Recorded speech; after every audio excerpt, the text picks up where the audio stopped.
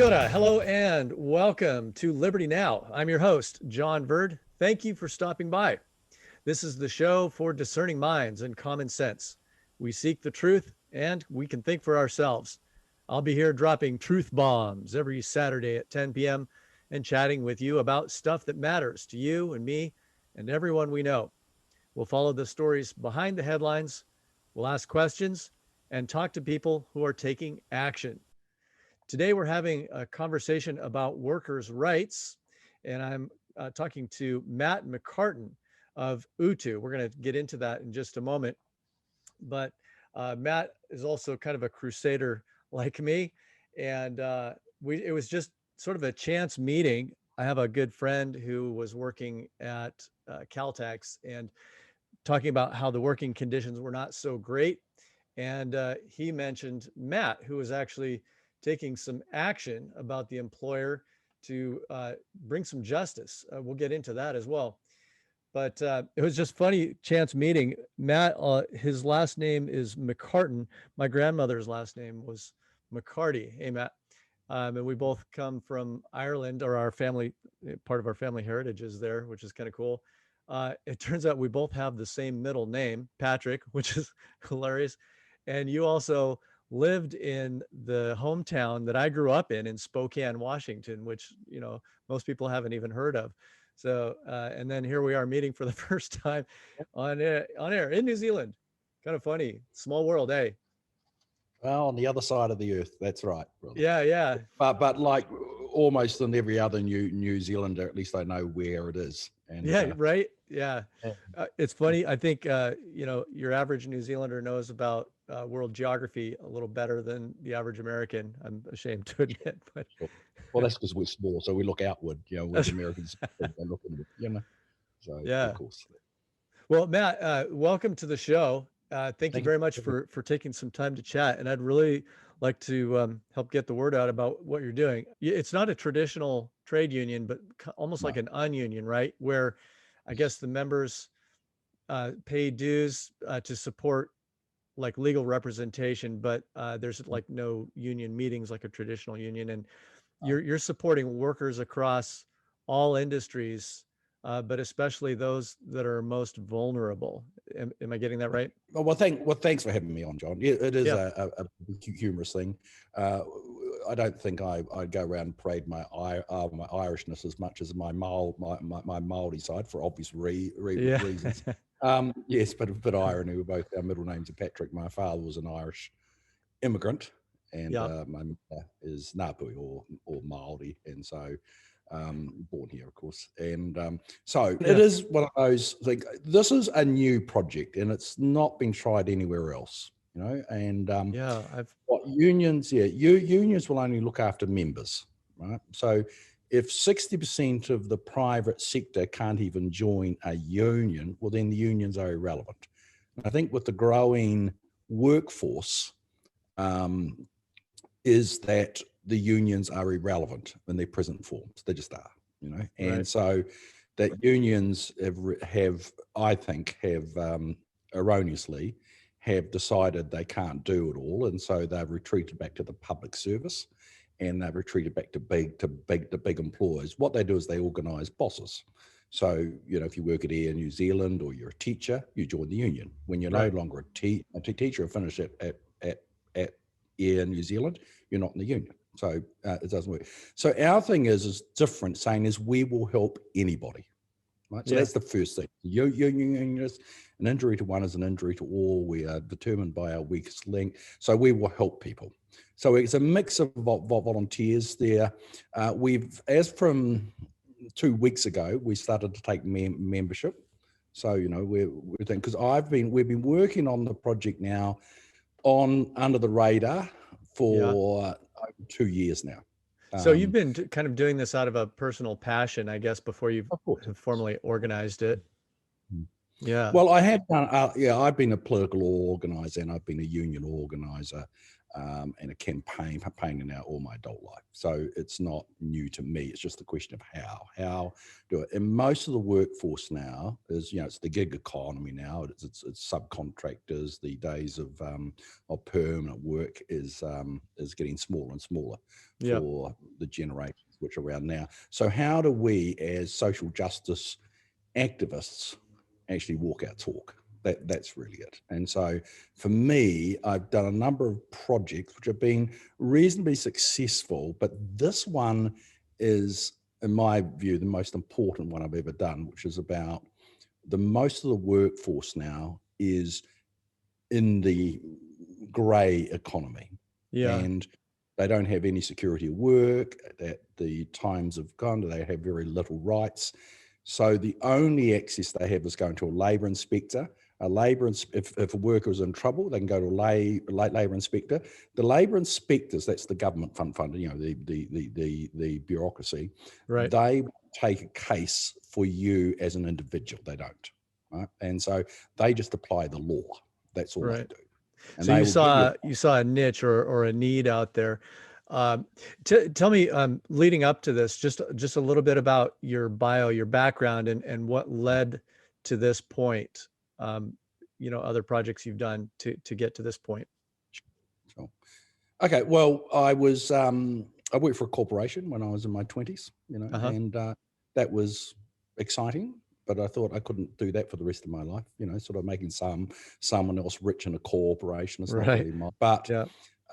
yeah, I'm grateful to have done it because it gave me a training and an experience and skill sets which have been very useful. But I've been in the on and off in the trade union movement. So when I was in my 20s, I was the president of one of the bigger unions at the time. Oh, yep. And that was a hotel and restaurant workers union, which doesn't exist in its own entity now. So I went Okay. through those struggles. Then I was involved in the Labour Party because our union was affiliated to the Labour Party. I then became the national president or the organiser for a breakaway from the Labour Party to the left. And then we made peace with the Labour Party and formed a coalition government in '99. So I was in Wellington, based in Wellington there, as one of the coalition managers and the president of our party. Then after that, I came up to Auckland, back to Auckland, and set up a union called Unite, which still exists today on my credit card. Oh, And that's excellent. and so that was set it up for fast food workers, for restaurant and hotel workers. So that still exists today. And that was really, my stomping ground for previous years.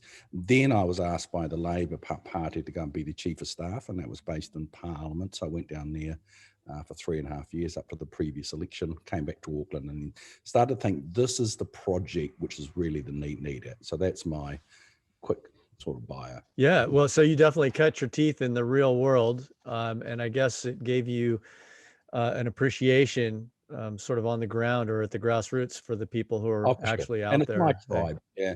I mean, the working poor is my tribe. That's what drives my politics. Yeah. And it's actually got worse. And I think that's the same around the world. So what I want to try and do is everyone complicates things. You can't do this, you can't do that. You need lots of money to do it. Well, that's not how social justice campaigns they happen, because people care, and they people like yourself. You just say, I will do this. I will Yeah. do my bit. And that's how change it happens. It doesn't change by committees and we go sit down and wait for funding and and all that. That doesn't work that way. Yeah. So this is a project that anyone can do, and people are joining us and coming to support us. But this is the first time we've kind of put our head up. So we've been doing for the last couple of years the legal work, because Uh-huh. that's important, right? You've got to do the legal work. It's been mainly in Auckland, but as you know, about someone that who worked at Celtics, is that when you help people, they talk to other people and so on and so on. Right. So And that's yeah, I really do want to talk about that particular case. Tell me the name of your organization okay. and how you came up with that.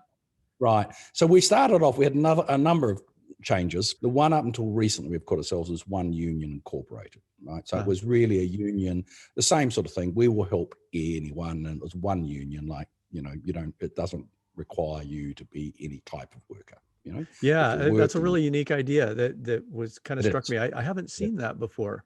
It's pretty cool. Well, Unite Union, we started off, that's the first union we formed back 20 years ago, years ago. And that was the first of its kind, but it's morphed into a hospitality union, tourism, hospitality union. Uh-huh. But this will be the first we say, it's not about membership based, it's about a needs based. So our Okay. model has been about not building a bureaucracy. And so Right. if people get exploited or abused or mistreated, that we will help you. So that's our thing. So you start from that position. So we've set up an apparatus. It's Auckland, but with technology now you can do it across the country. And half of our work now is outside of Auckland. Yeah. And as we build our infrastructure, we'll build up offices and networks across the country. So we've been thinking. So the organisation now is called UTU. UTU. UTU. Yeah. So initially it was United Trade Unionists. So that's the acronym for that. Right. But because I'm Ngāpuhi or Māori, that UTU in Māori terms for your listeners, in brief translation is justice. So it's the Māori word for justice. It's justice for workers. The reason we call it a union, not in the traditional sense of union, but union has legal rights. So as a union, a law firm can't enter into a work site. A union can. It has the right to investigate and has legal authorities. Right. Also, because they're a member of the union, not a client relationship with a law firm, it gives me more rights, more flexibility, so that when you're in a legal engagement, when you have a client, you can work out it's a different relationship. So these are members of our union, so I can do their case and campaign, and that's important with the work we do, because what they say is that if I take a case against somebody as a lawyer, I've got to keep my mouth shut. It's the process. As a union, you don't have to. And that's why I want awesome.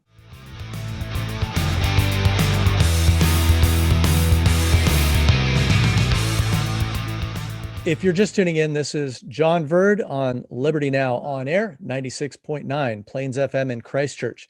Please be sure to subscribe on iTunes at Liberty Now on air, and you can get the links, files, and show notes for this episode at libertynow.com.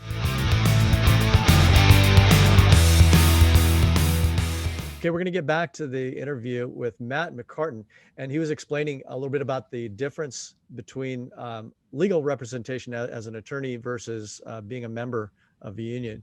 So I've got a legal team here. We've got 4 in the team, because you've got to do the casework, because when someone asks for help, that's the process. But we also do the campaigns, and that's where we made our connection. So. And so that's what I do. So it's UTU for Workers Union. You can go to our website if you don't mind me just doing. Yeah, please do. Yeah, what is the website? It's utu.org.nz. Nice. So people go and read a bit more about. But look, this is our mission, or kaupapa. It's that we will help everyone who needs help if we can. Right. So that's where we stand. And so because people only have a choice of getting a lawyer, and they can't afford it. Right. Most of the people in this country, they can't afford it. That you get, there's not justice, and you get all the law that you can afford, and that's how it works. Right. And in particular, some of the people that you're representing or that are involved with your, workers union are some of the most vulnerable, right? Maybe English isn't their first language. No, it isn't. Well, you got 300 New Zealanders would be a bit shocked by this, but you've got 350,000 people on temporary visas in this country. Wow. And they have sponsored by an employer. So many might be okay, but the ones that we come across has been systemic exploitation. So that there's an implicit deal. What my experience is, each community exploits its own. So the Chinese will be exploited by Chinese, Koreans by Koreans, Indian by Indian, and etc. Not so much first world sort of countries, because those immigrants or people who are here tend to know and feel comfortable in the kind of the Western way of the laws, and they don't expect just deep corruption, whereas those who come from other countries expect it, and it comes about. So we take a different approach to each group. So probably we're well over half of our work is in the migrant exploitation, because that's the most extreme. And I would say it's not about race, it's about greed. And you always see someone who's vulnerable and they build their business model on it. What I'm finding now, though, so we started off where it would be mainly some communities were more so than others. So the worst community we find is actually the Indian community. And it might be because in India there is a class system, and it seems to be the caste system is I've been hearing that so they're kind of fighting that even in India, but there are remnants of that still, eh? Oh, it's very strong. And so what it is that, the mapping of that continues. So we see quite organized trafficking, if you like, which brings people in, bonds them in, and then they're trapped.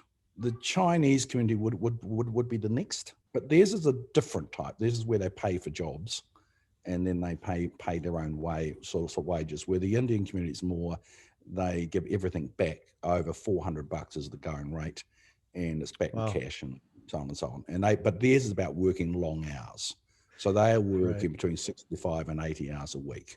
Wow, that's really hard. But they're doing that for $400 a week. Jeez. And so that's the most vicious, the most greed. Then you've got others like a group of workers who I've solved, so I can't name them. But this was a massage parlor, not a brothel, a massage parlor. Yeah. Thai work sort of. It's important to make the distinction, right? Yes, right. Yeah. There's different sorts of exploitation. Yeah, and different kinds of workers. Yeah. So there's a masseuse, and then there's a prostitute, and there's different exploitation around there. Right. You're listening there. But this was a case of legitimate massage place. But during the COVID period, they still had to pay the boss their money. Oh, wow. So so the boss would provide them with a loan shark, and the loan shark would lend them the money to give to the boss, and then they had to pay 10% a month. Wow. Upwards. So it was 10% a month. Well, now as an employer, I don't know if it was the case across all industries, but weren't they receiving government money too for the employees over this period? Like a lot of industries did. Yes. Oh, well, in the end, almost definitely. But what they did is they settled it real fast when I said, well, you can do this two ways. You want to explain yourself, that you'll have that opportunity. I will give you that opportunity. I like that. Excellent. Yeah. I'll give you that opportunity in front of somebody sitting in a big chair. And so they settled that one. Excellent. What's happened now, you see, it used to be communities a bit like the mafia and the Italians in New York. So this is not new to the world. Right. Immigrants are it's come more deeply embedded now, where it's increasing to white New Zealand employers are doing it now. Yeah. And that's the nasty turn where it's becoming. And what I'm finding is with corporations now, they franchise out their businesses or their chains, their brands, and the contracts are so tight, the franchisees are tempted to then exploit their workers to make a buck. And that's happening in Pizza Hut, it's happening in Challenge, it's happening in Caltex, it's happening in Z. And those are ones I know of. Yeah. Do you want to tell us a little story about the one, like the most recent one with Caltex, without, naming names, but with Caltex, I've got it. Yeah. Well, Caltex is a national brand, and it's not the first time I've come across this one. So I'm not going to, if it's an exception, okay, we'll sort it out. But this is where they won't go. This has started off as a bullying exercise. Now, this has been going on for a long time. And so the worker involved in this was a manager of the site, and his wife had got pregnant, and he'd been working 10 hours extra a week, or 10 to 15 hours extra a week for no wage. So it was 40 Wow. hours he was paid for. Oh, this is at the lower end of the exploitations, can I say, which Wow. is Yeah. disappointing, right? So it was 10 to 15 hours a week. And he wanted a visa, and and that's the way it works. So he knew that that's what he had to do to keep his job and to keep the peace. He's in a strange country, had a young wife. She got pregnant. Then the baby was going to be born. Then he said, look, I can't work free the extra 10 to 15 hours a week because I need to be at home, and we need to look after our baby, because obviously the baby, the wife is at home and with the baby. That's when it all turned to custard. So then he gets, no, that's not acceptable. And then after that, when he couldn't make that concession, well, he couldn't, baby, and quite rightly. So he was bullied out of his job to over several months, just brutal. He basically had a breakdown. Oh, wow. And then the lawyer from the other, anyway, they tried all sorts of things. And since this has come out, I've had now 8 cases of people who approached me with the same employer saying as they were bullied themselves. Sometimes it just takes that first person making a stand, right? Or getting some help to bring out the other and it's cases. not like this person had, they just forced the position. They got no choice, because he was then lost his job. He went to see the boss and said, I can't handle this sort of anymore, the stress and that, and he goes, well, if you don't like it, leave. And he goes, I need to go home. And he says, right, you left job, you now resigned, you're sacked, right, and then that's it. And during the COVID period, even though that petrol stations are open, for example, I'll say that first started, he just coughed. It wasn't a COVID cough. He just coughed. Then the employer then used that as the excuse to lay him off. Wow. And even though he got checked with the doctor and got a clearance within a day, he was laid off for 6 weeks with no pay and no. And when he came back, they demoted him from the manager of the store to a forecourt attendant, only casual. And then, and so this was it. When he couldn't take it, we went back, and they said, well, and he walked, and he said, I've got to go home. And he says, right, if you walk out, well, you're sacked. So that's where it all started. When a worker like this loses their job, then they can get deported. So that's the control. Right. And so that's not fair. So then they get the deportation notice to leave. Now, he had a young wife, young baby, just born, didn't have a job, so distressed, didn't want to take the case, just didn't want to get deported and wanted a chance, So it took months for him to move to another town, to find another job, only a part-time job, but at least he's allowed to stay in the country. Now that he's done that, then he would like to take the case. So I always say to workers, look, I know how hard it is. So what I say, you don't have to do it immediately. You've got time. So he is recovered enough now and feels that he can or would like us to take the case on. So I've been engaging with the other side, and the bullying just continues today. So I got a letter from the lawyer this week, threatening, as they do, sort of libel and thing. But I wrote a column for Herald in Auckland here for 10 years, and a political column. And so I know all about defamation, about what it is and what it's not, So they don't need to tell me sort of how to suck eggs, because it being true is a good defense for libel. Right. Absolutely. Yeah. Is it true? Yeah. Is it true? Is it true? And excellent. I say to them all the time, tell me which parts of it are untrue. Right. And I'll remove them. No problem. Because I don't want to be dishonest and make up stuff which isn't true. I won't do it. Exactly. And that's how you deal with them. So look, our thing is, and partly why you and I are engaging, is I want to tell these stories. I put them on our website. I'm going to continue that. I'm going to name names. I am not letting. So as a union, you see, we take the case. Yep. At the same time, I will campaign against them. So that's where they get upset. Because what they want to do is they say, well, you take us to court and we'll see you in a year's time. Right. They want to just keep it in the shadows. Keep it in the shadow. Then they make a deal, which is confidential. You're not allowed to speak about it. Right. And think, that's the law for the powerful. Right. If you and I broke the law, if we, as I say to these bosses, if the work here stole 100 grand from you, you'd pick up the phone and you'd call the cops. They'd turn up in their car, put the handcuffs on you and take you down to the cells, photograph you and fingerprint you, and have you up in front of the magistrate, off to the court, named and shamed, and you'll probably go to jail. You certainly will have to be, you'll have to pay back some or all of the money back. You'll never get a job of trust again because your name will be in the public. That's what happens to ordinary people. It is like a two-tier justice system often, isn't it? Exactly. So they say they like it that way. So I always say about the Treaty of Waitangi, and I say, New Zealanders will, everyone's got their own view on it. But here's how I explain it to people. I said, the Treaty of Waitangi was the founding document of this country. And in it, it said one law for all. I said, amen.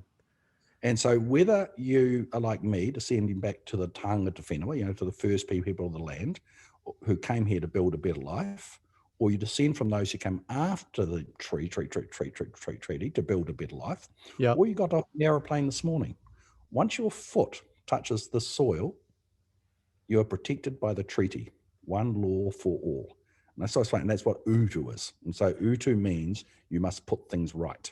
I like that a lot. Part of my appreciation for Waitangi Day is it's the day before my birthday, so I always get a little extra time. But now I've got even more reason to celebrate it. That's really good. I'm grateful and glad that there are people like you out there helping people, the underrepresented and disadvantaged people. We need more of that. And it doesn't come from, I don't think you can expect that from the bureaucracy, from the government. They have their purpose and their place, but I think it's the private sector that needs to stand up and take on this work, and you're doing that. Yeah, indeed. So people can join us. Like I'm done with a pitch. Please tell us. Just $10 a month, right? Because we've got to fund the thing, but that won't fund it. But at least it'll pay the rent. And what I just think, so when people join us, they will always be helped. But eventually, we want to spread across the country, and I want to set up an utu team in every part of the country, and I want direct action. Because the community is going to have to own this, So where we haven't done it yet, but I've got myself a truck, and we've got an utu squad, and volunteers, and we will go visiting these criminals, these bosses who think, and say, and we will go and visit. We'll have vigils outside their house. Vigils. And call it vigils. We're going to do it on Sundays. We'll call it Sunday School for Sinners. We're doing the Lord's work. And they'll come out in these smoking jackets and sing, "Oh, you're woken us up." Oh, yes, we need to wake up, New Zealand. In a big way. They go, "Oh, you're blackmail and bullying." All these being blackmail and bullying, all right, but not from us, from you. And so in the end, we need the community to get up and say to exploiters, not in our community. That's awesome. Well, Matt, I really appreciate your time. Thanks for coming on the podcast. Is there any way people can get a hold of you, or what's the best way to reach you or find out more? This time, they can give us a call. It's Matt. They all come to me anyway, but it's Matt with 2 T's at utu.org.nz. utu.org.nz. Yeah, or justice at utu.org.nz will come to us. We also have our 0800 number, 0800 368 000. So, that's a good one. Excellent. Great. Well, thank you again for coming on the show. And my first interview. Yeah, that's great. And we'll have to talk again down the track to see how your new project is coming along. Sure. Well, thank you for having me. Stories. All power to you, brother. Yeah, you as well. Take care.